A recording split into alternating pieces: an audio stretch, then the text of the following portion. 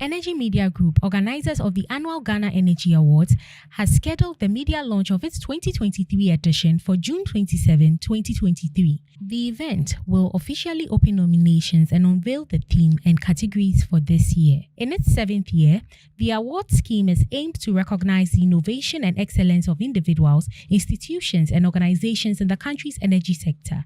Deputy Minister of Energy, Mr. Andrew Ejapamesa, is to grace the occasion as the special guest of honor. The event is also expected to have representatives of Ghana's energy industry in attendance. Independent power producers have given the Finance Minister Ken Ofori-Atta their final warning that if their demand is not met by July 1, 2023, they will shut down power plants or simply cut power supply to the national grid.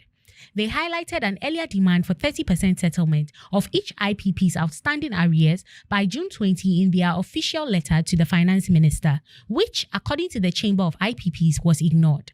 Following the warning, a ranking member on the Mines and Energy Committee of Parliament, John Jinapo, has noted that if the government does not act quickly to settle the independent power producers, there may be widespread load shedding.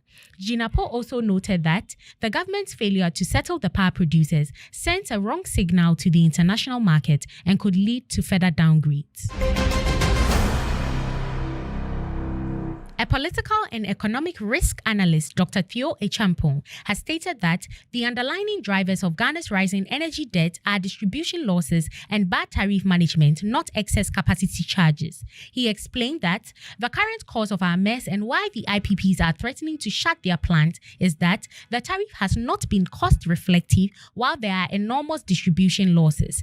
The tariffs must continue to go up until such a time that the cedi is stable and fuel prices are stable to improve the situation, he said. Meanwhile, a ranking member of Parliament's Energy and Mines Committee, Mr. Edward Bauer, has called for an impartial bipartisan audit to determine the extent to which excess capacity charges have contributed to the overall energy sector deficits. He said assertions of excess capacity charges driving energy sector indebtedness lacked transparency. According to current data, the country has spent an excess of $900 million on excess capacity charges since 2017. The government of Angola has dealt a heavy-handed response to protesters, including taxi drivers, street vendors, and youth activists who have been demonstrating against rising fuel prices, the suppression of street vending, and new regulations for NGOs. A wave of demonstrations across Angola has been triggered by a government decision to cut subsidies for petrol and plunging oil prices. The move to cut the subsidies was aimed at curbing government spending but resulted in sharp fuel price hikes.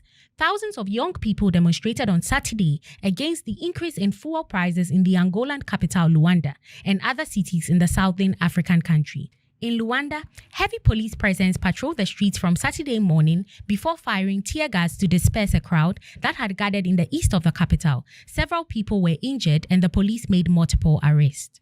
Visit energyghana.com or energyghanamagazine.com for more on these stories. Energy Brief is proudly brought to you by Airport View Hotel. Energy Ghana TV. Local in focus, global in perspective.